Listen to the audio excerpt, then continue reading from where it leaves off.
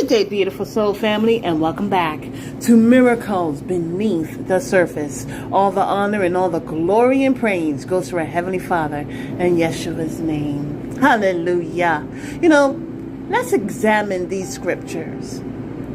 Let's meditate on it and glean of the goodness of these scriptures. I've been wanting to do this actually for quite some time. And actually, by the means of the Holy Spirit, I did speak about it on a couple of occasions. But I wanted to really show the picture, because a picture can speak 1,000 different words. And not only talk about this picture, but I want us to really glean from the scriptures. I want us to really see ourselves in this certain type of situation, this account.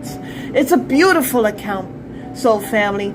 So please join with me to Matthew chapter 14, verses 22 to 33. That's Matthew chapter 14, verses 22 to 33. All right. And it reads, immediately Jesus made the disciples get into the boat and go on ahead of him to the other side, while he dismissed the crowd. After he had dismissed them, he went up on a mountainside by himself to pray.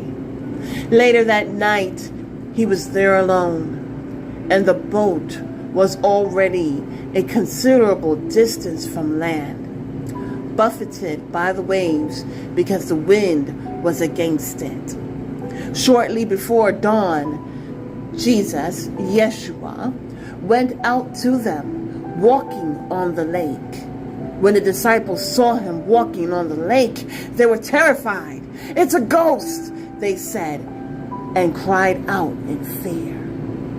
But Jesus immediately said to them, "Take courage. It is I. Don't be afraid." "Lord, if it's you," Peter replied, "tell me to come to you on the water." "Come," he said. Then Peter got down out of the boat, walked on the water, and came towards Jesus, Yeshua. But when he saw the wind, he was afraid, beginning to sink. Cried out, "Lord, save me." Immediately Jesus reached out his hand and caught him. "You of little faith," he said, "why did you doubt?" And when they climbed into the boat, the wind died down. Then those who were in the boat worshipped him, saying, "Truly, you are the Son of God." Hallelujah. This is amazing. Isn't it beautiful, soul family? Like Genesis, like many accounts in the Bible, by the means of the Holy Spirit, I do not take any credit at all. We are able to see the different layers, the different levels. As I was reading, as you are reading with me, as you are looking at this picture, can you see yourself in this situation? Some may say, "No, I can't." Others may say, "Yes, I definitely can see myself in this situation. If Yeshua, if Jesus told me, come, as he's walking on the water, I will walk on the water." Those who are in disbelief will say, "You know what? That happened so many years ago, if it even happened, so many decades ago. If it even happened." It's so interesting because yesterday, because as I'm recording, it is 1:20 in the morning. But I had to do this message. What's so interesting, beautiful soul family, is that the Pharisees and the Sadducees,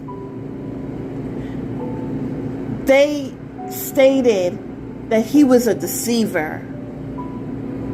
They didn't see him as the Son of God.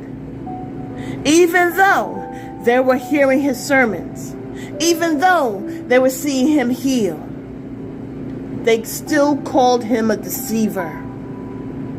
They didn't believe in him. No matter what was happening, they only wanted to see their truth. So, for those who can see themselves in the situation, let's get a little deeper, okay? So, Yeshua is walking on water. You know, whenever thank you, Holy Spirit, whenever I look at this account and I just see Yeshua walking on water, what comes to mind is this. Yeshua says, "Have no fear, for I have overcome this world." And whenever I see it, I see Yeshua walking on the firmament. I don't just see him walking, hallelujah. I don't just see him walking on the lake. I see him walking over it all. It's overcome. For me, that's amazing, because it confirms and reaffirms that he overcame all of this. Can you imagine? So next, he's saying, "Have no fear." He knows how we feel. But he says, take courage. Don't take of fear. Take of courage. It is I. Don't be afraid.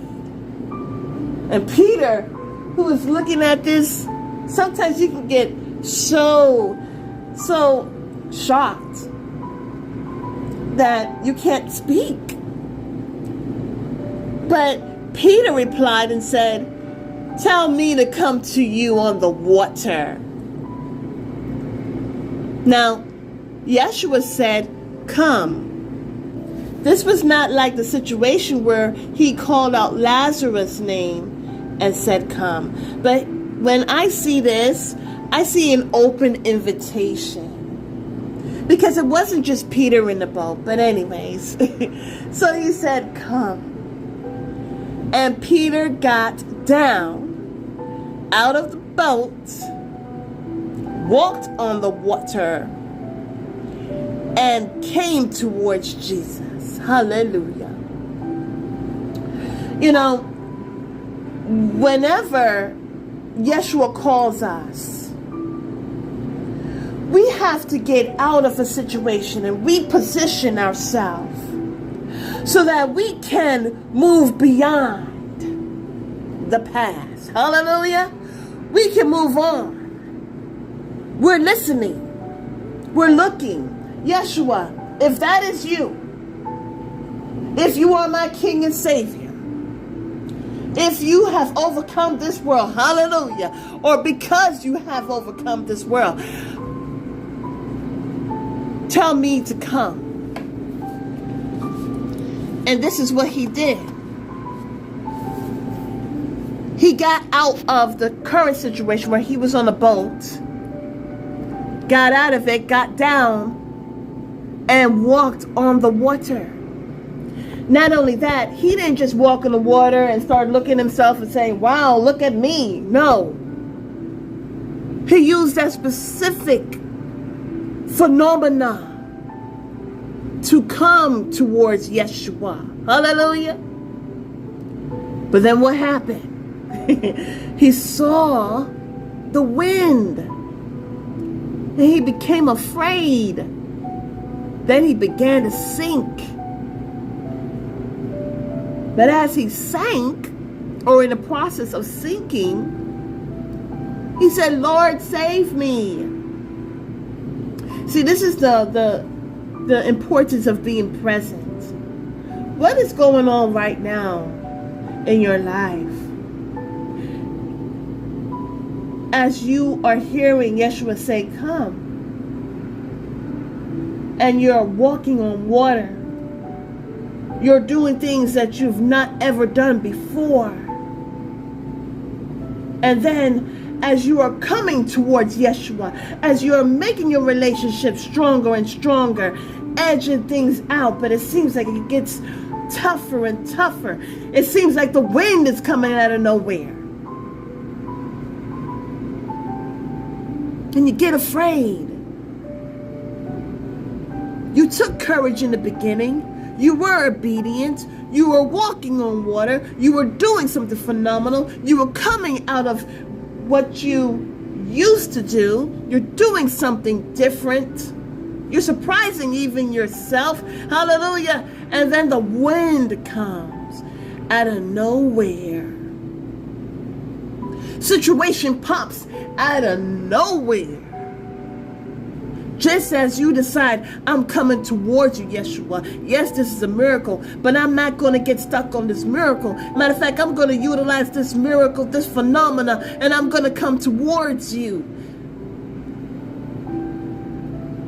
But here comes that wind.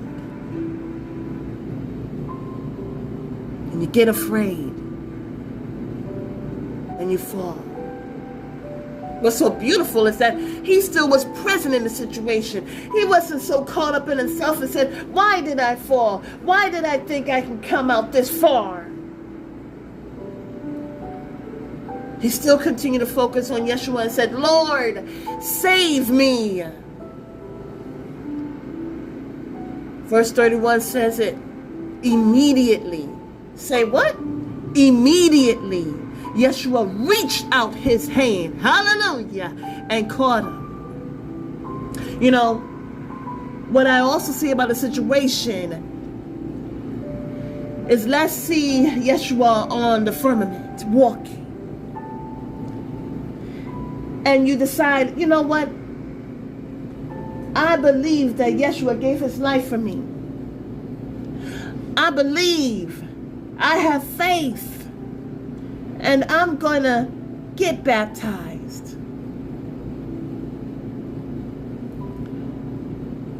And it may be afraid, and the wind may come as I'm going beneath the water. And just as I'm feeling so afraid, I cry out to Yeshua. Hallelujah. And immediately he pulls you up. As you go in, and Yeshua is pulling you up, you are not the same. Hallelujah. You are not the same. It says, immediately Yeshua reached out his hand and caught him. Ooh, how marvelous. Verse 32 says, and when they climbed into the boat, hallelujah, you see, and when they climbed into the boat, the wind died down. You want to know what that reminds me of? Well, it reminds me of, it confirms and reaffirms the fact that Yeshua said, give me your burdens and take of my yoke, for it is light. He fell. Yeshua immediately reached out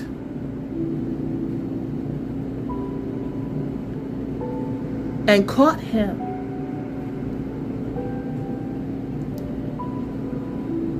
Gave him his burden.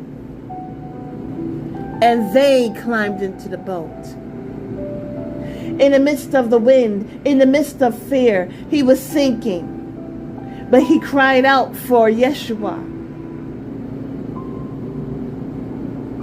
He gave him his burdens. He said, take off my yoke, for it is light. When you look at a yoke, there's two things on there for the neck of the animal. But Yeshua helped him. He was there with them, getting him out of those situations. Hallelujah. And they both, hallelujah, they both climbed into the boat. It says, when you draw on to our Heavenly Father, the devil flees. Those who were looking on the situation worshiped him, and they said, you truly are the Son of God. Yeshua is our King, our Savior. And he says what he means, and he means what he says. I pray that this account encourages you in whatever situation you are. That no matter what, be present in the situation and cry out for Yeshua, because you will be saved. Have a beautiful and wonderful day. God bless.